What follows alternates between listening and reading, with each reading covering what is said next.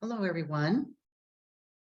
We're here today for the digital forms and templates session. This is the second one of this kind that I've done for TechBits with the New Mexico Technology Initiative. So let's go ahead and get started here. I believe we've got our screen recording. And so let's go forward. I'm Lisa, by the way. I'm with REC4 up north, and here we go. So today we're talking about how to create digital forms that can be filled in digitally, of course, and converting those into templates in Microsoft Word. And this is the second session, almost a total repeat, but not quite, of the session I did on this same topic about a month or so ago. So we're going to review that part of the session. The need for the developer tool in order for you to be able to make digital forms in Word. We will then show you how to convert things into templates and how to actually use a template. And then I will show you a couple of slides on some things that I worked on and learned since the last time I did this session. And we will also be adding how you can create a form and then PDF it and make that form something that people can fill in and then resend to you. So I'm going to work on that later on in the presentation. It shouldn't take much more than a half hour unless we go and watch a path of it or a video tour of it in real time with my folders. So here we go. So no one is in the session right now. Otherwise, I would ask people to sign in the chat box. Please remember that on the REC9 website, all this and all of the other recorded sessions for TechBits are posted there to be shared with yourself, your community. Anyone can attend these sessions, your parents, teachers, students, the community. This is meant to help all of us improve our digital skills. So because they're essential skills, digital skills 2023 are absolutely essential. So it just takes knowing what to do and then practicing. And REC9 is there to support, as well as the REC individuals such as myself who are conducting these sessions. And you'll see if you go to the REC9 website, there are sessions from other RECs in the state, and they are very, very good, with starting very, very basic to a little bit more advanced, but they're all very easy to learn and achievable for sure. So I believe that the more you use your computer, the more you learn about applications, apply what you know, then you make more connections in your brain and make sense of what you're doing, make sense of your machines. And the more your machines make sense, the more you can troubleshoot for yourself. And there's more than one way to do the same thing. So here we go. So for anything that you want students or friends or staff or anyone to fill in for you, many people are still in that time where you're printing off a PDF form or a Microsoft Word form, filling it out by hand, and then either printing it and handing it in or scanning it and then emailing it. I'm going to show you here, hopefully, how to end those processes for an easier process and a more digitally friendly, a more modern way of doing these types of things. And the pandemic, I think, taught a lot of us that this is necessary. So for anything you want to fill in, a digital form could be anything from an application to questionnaire, checklists that you might create for students that you want to find out things about, questionnaires at the beginning of the year, parent checklists, parent questionnaires, teaching tools that you can make and create yourself, your own worksheets based on whatever you teach at the moment, acquiring student input, doing your lesson plans, business forms that you want to create for yourself, etc. I mean, the sky's the limit once you know the process in Word. And then when you use templates, templates are for the purpose of keeping your original document intact. I'm lived long enough and worked long enough in the schools where there have been so many times where a person will use a form.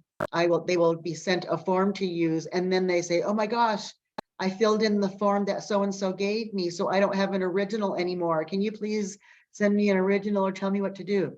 So hopefully we can eliminate those kinds of things, and you can protect your work, protect your forms.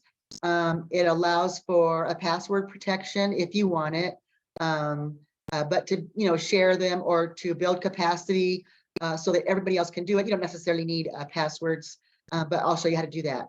So no more filling in forms by hand, hopefully, and no more copying the same document over and over again for filling in yourselves. And we save trees by not using so much paper. So while you don't need a special application or anything that isn't already in your basic PC, you're able to do templates. There isn't anything special you need. However, in order to create digital forms that you can lock and share, you need to have the developer tab. The developer tab is not a default tab in most computers in teachers' classrooms. Excuse me. So I'm going to show you how to go about doing that step by step, because we want access to this little toolbox right here. And if I could blow that up, you'll see it looks like a toolbox, and it's got a little wrench and a screwdriver right next to it. So the developer tool gives us access to that toolbox, which is what we want to create these types of forms. So in order to get your developer tab, you're going to open any Word document that you already have, or a brand new blank Word document, just like I have right here. You're going to go to your file up on your upper toolbar, go to file. And then once you go to file, you will see a page like this. If you have an older version of Microsoft Office, this one is 2006. If you have a newer version, still by going to file, you will still be able to see this. It might just look differently though. So you would go to file, and then you're going to go to options. And then when you go to options, you will get in 2016, you will get this window. And you can see it's got a lot of different check boxes that you can do. Many of them are already defaulted, meaning they're already put in or they're already checked for the usual user. But what we want to do is we want to add something. So you're going to go to the customize ribbon. When you click customize ribbon, you will get this page. You can see my customized ribbon tool on the navigation bar to the left is highlighted there. So I'm in my customized ribbon page, and you can see it says customize the ribbon and keyboard shortcuts that you want. So if you were to take the time to look at the things here on the left bar, it's got things like cut and paste, your emails, font color, etc., that you could highlight, click add, and then it would bring it over into the main tabs that you have on your tabs and your ribbon. So if you'll notice here on the right side, if you were to go into this on your computer, that would not be checked. That box would not be checked. So you need to check that box, and then you'll go down to say, okay, after you check that box. And then here is the path again for you. You open a blank Word document. Go to the View tab if you're using an older version. This is for 2013. I was working with someone who attended a training I was doing last week, and we got into this conversation, which I thought many of you might be using at least 2013, maybe even 2010. So for 2013 purposes, you would go to any Word document the same way you would in any other version, and then you would go to the View tab, and then go to customize quick access toolbar, highlight developer tab, or other tools that you want visible on your toolbars and your main ribbons, and then click add, and then click OK, and then the tab will be available to you. So with various versions, I've learned, so we can keep learning. I only know what I know because I was either taught little things by someone else and then I went with it, or I just taught myself out of necessity. But luckily we can go online to find out just about anything. So with various versions of Microsoft Word, Chromebooks, the use of Macs, some Microsoft Word programs like Publisher, I've learned, are not available in Macs. But there are other alternatives to the same types of programs for Macs like it is in Publisher. But other devices, like I said, Chromebooks, etc., will have their own way of getting to the same end. So there are a lot of different paths to the same end, depending upon your operating system, depending upon your version of Microsoft Office that you're comfortable with, depending upon the device you're using, etc. But they're all doable, and they're all doable because you can go online. So when all else fails, from what I know, ask the internet. And that's what I actually did when I learned something. I'm going to show you about PDF forms going down further in the presentation. So once you activate your developer tab, and you can see here, I took a screenshot of my screen with a form open, have my developer tab. With the developer tab, I now have access to the toolbox. When you click the drop-down arrow for that toolbox, you will get this drop-down that says Legacy Forms and ActiveX Controls. I only know to use the Legacy Forms because I only use text boxes and check boxes for my purposes. And I think probably for your purposes is probably all you would need to use anyway, unless you're really advanced in your using of other skills, of other programs. So those are the two I use. The AB bar there is for a text field, and the checkbox is exactly that when you want to insert a text box. So you can see this form that that you have up in front of you. It's a form that I developed to help a program develop a form for teachers. So you go in wherever you want to add your text fields, as I did, you can see. And then you are these are important steps. You're going to have to restrict the editing first because you want to lock the form. And you don't want anybody to be able to go in and change your form. So you're going to click restrict editing. You will get that toolbar that says restrict editing. You will check the box that says allow only this type of editing in the document. And you have a drop down. It has like 3 or 4 choices, and you would choose filling in forms because you only want people to fill in things. You don't want them to change things. And then you would say, yes, I want to start enforcing the protections of this form. Click that. And when you click that, you will get the option to do a password. You can just enter both fields or just click OK, which I do. And then it just moves forward without any password, but it allows you to go forward and lock the form. So you're going to insert your text fields and your check boxes that you want in your form. You're going to set restrictions, start enforcing protection, password it if you want, and then we're going to save it as a template. So you can see here, I've magnified a couple of text fields here as if I was developing my digital form. And now my cursor is here where I want to add a text field where people can add information. So I put my cursor where I want a text field. I'm in the developer tab. I go up to the little toolbox, click that drop down. Sorry, it's fuzzy, but that's as large as I could get it without it looking too pixelated, but you get the point. So you click the toolbox, you get the legacy form, you click the text field icon there. And then as you can see, the text field appears right where your cursor was. So again, you put the cursor to your desired space, click the briefcase icon, select the text form field, which is that little icon in the parentheses. It will appear where your cursor was. You continue along until your form is finished, and then you save it as a template. You can see here on this part here, when you go and you save your files, you'll usually name it.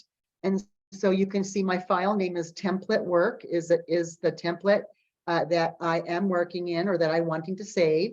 You go down to where it says save as type.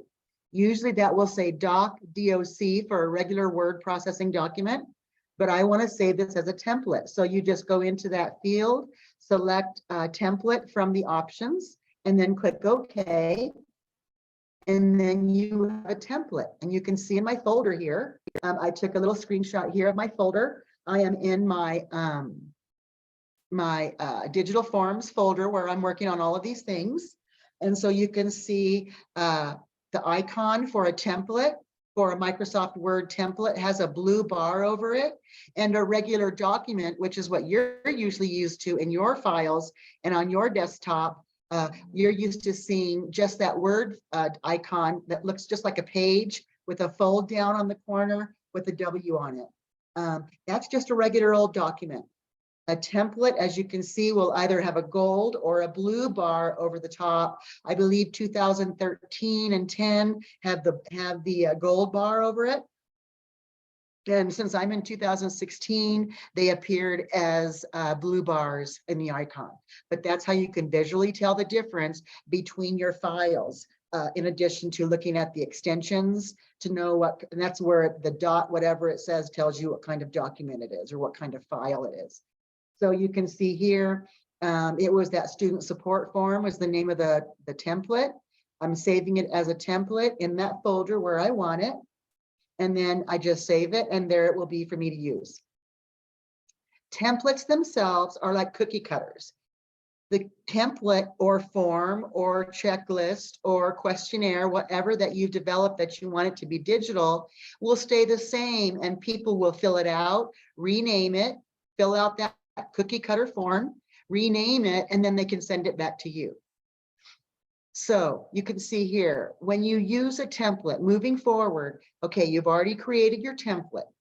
I want you to watch these steps, because once you have a template, you can either share the template with other teachers, principals, to use with other people, or you can, actually, you probably want to do that so that they can click on the template and create their form. So here's how the templates work. You will never be entering into the template itself once you've saved it, unless you're going to change it. And I will show you that in a minute. When you have the template, anybody has the template, you can also attach this template in an email and send it to your friends if you want.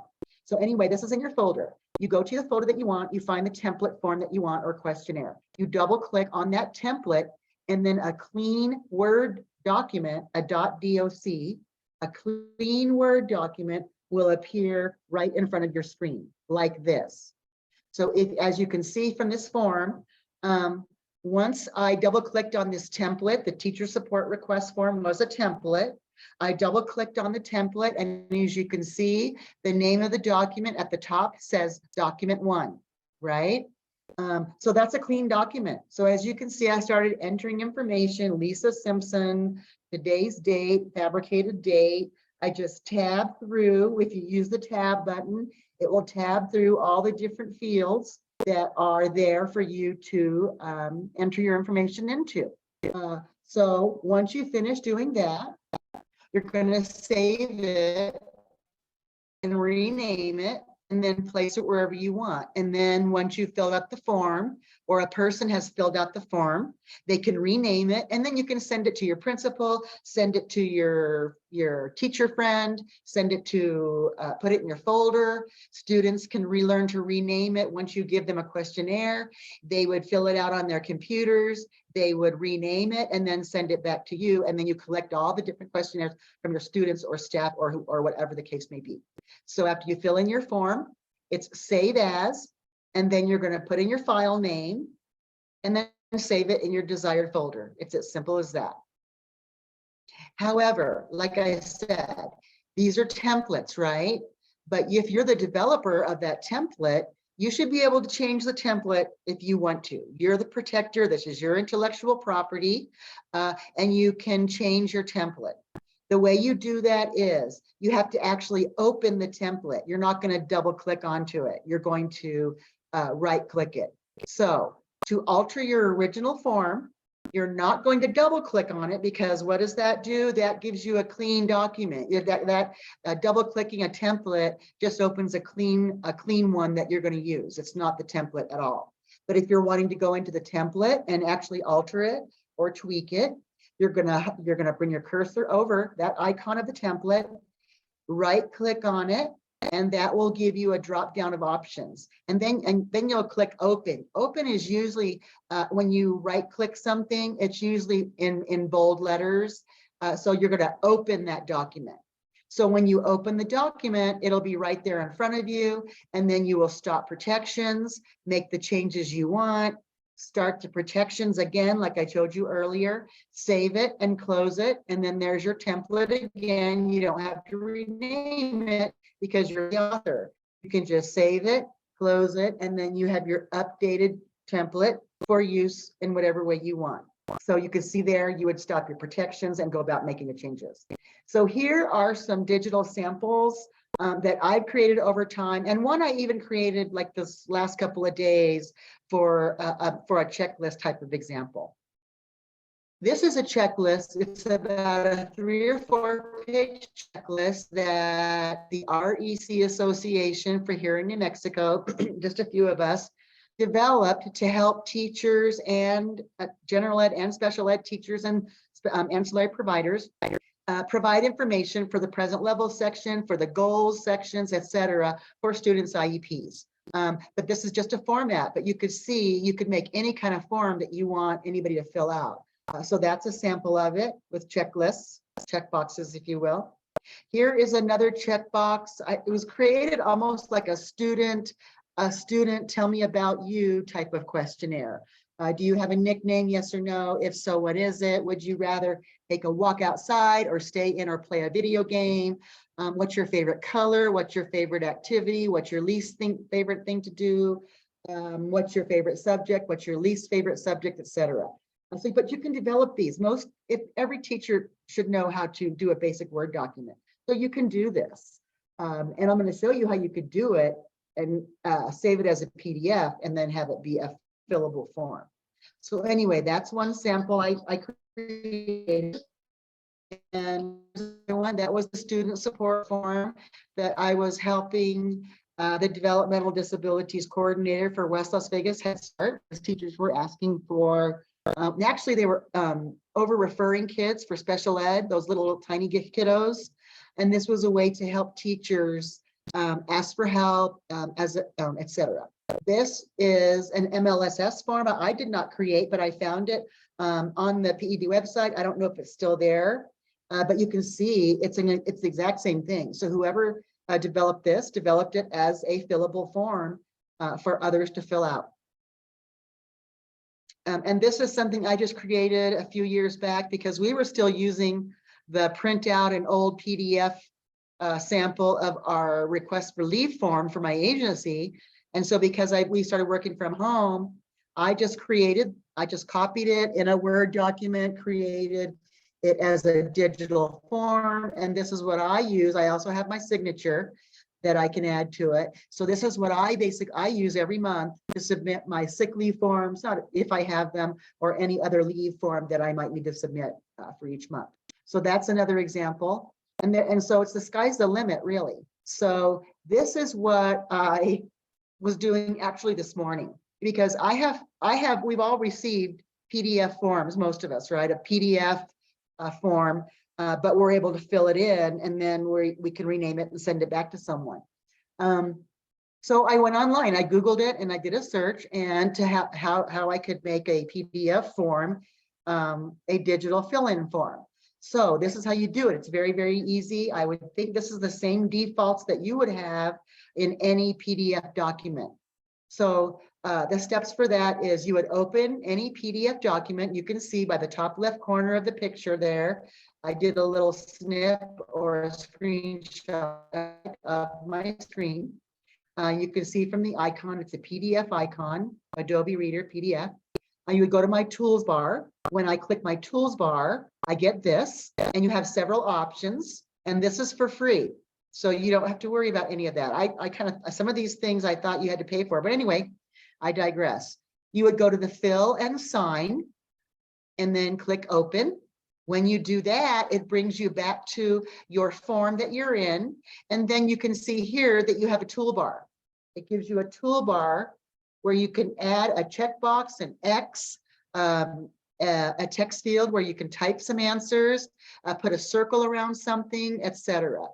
So you can see I went in, I clicked the X, and then I hovered over the box that I have there on the yes, and it entered an X box. I would just hover it again and delete it, and then it got rid of it for me. So so I could go in, you could go a line in with this. And when you're done doing all the answering, you would close that toolbar. And then you can see you have your form here with everything filled out that you want. And then you have and then I would say, I would file, save as, and then I would change the file name, put it in the folder, and then I could email it to my administrator, or, or to a parent, if it's a sample, or to just myself, just to keep it and have students email me there. So this was a new skill set for me. So I love this. This might be the easiest way for you to develop forms and make PDF forms. So this is the path that you could do that. You would open any PDF.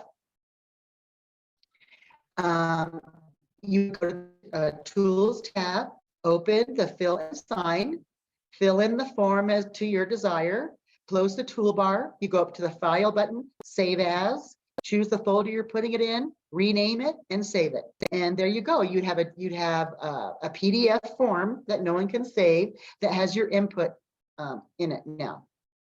So I really like that. So let's recap everything. You can save any Word document as a template. You just select the file type when you're saving, and that's what the extension looks like.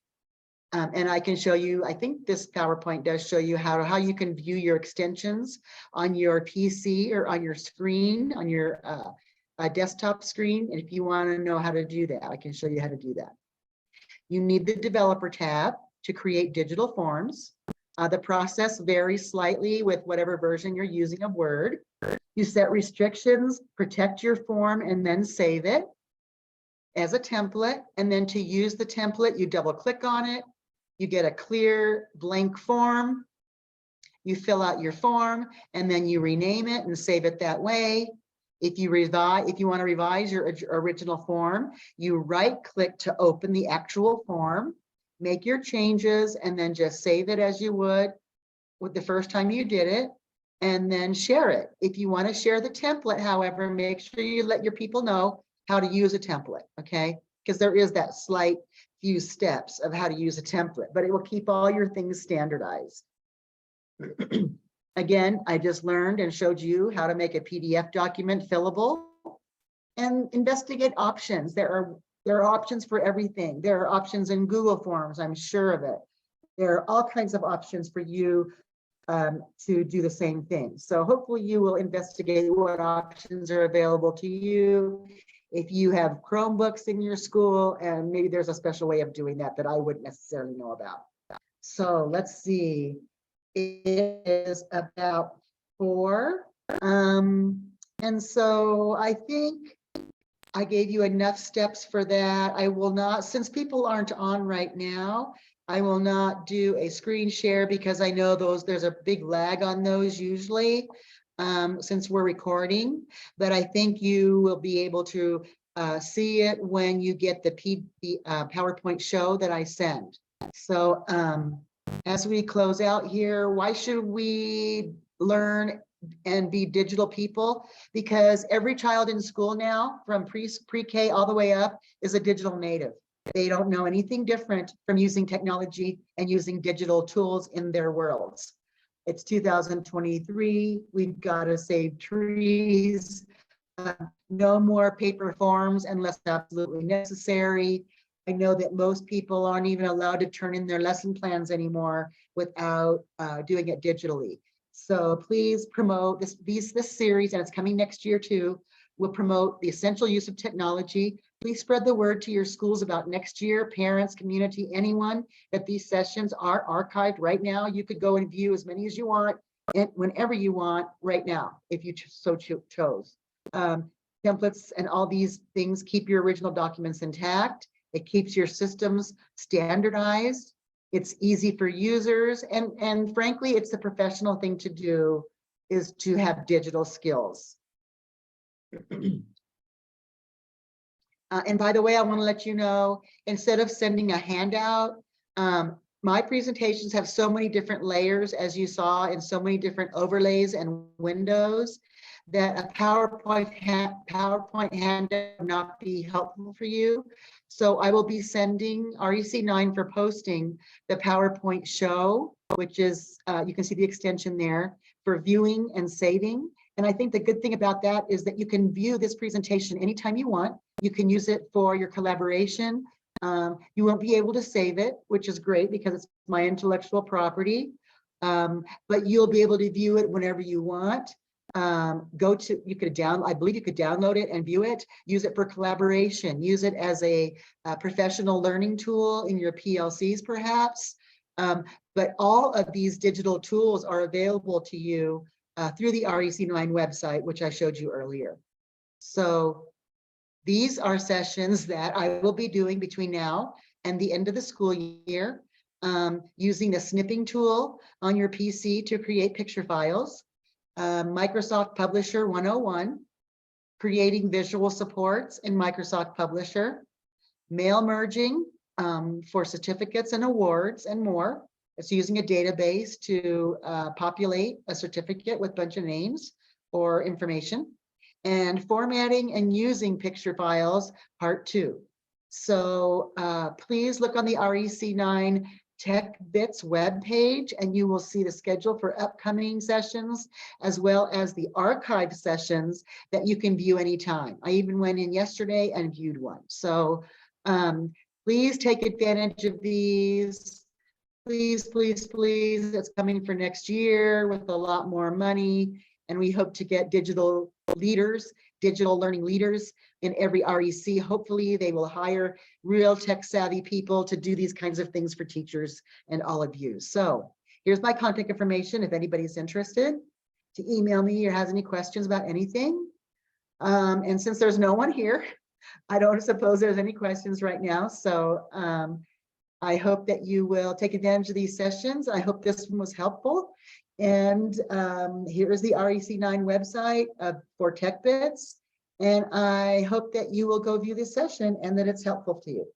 Hope to see you soon. Thank you. Bye-bye. I'm going to stop sharing.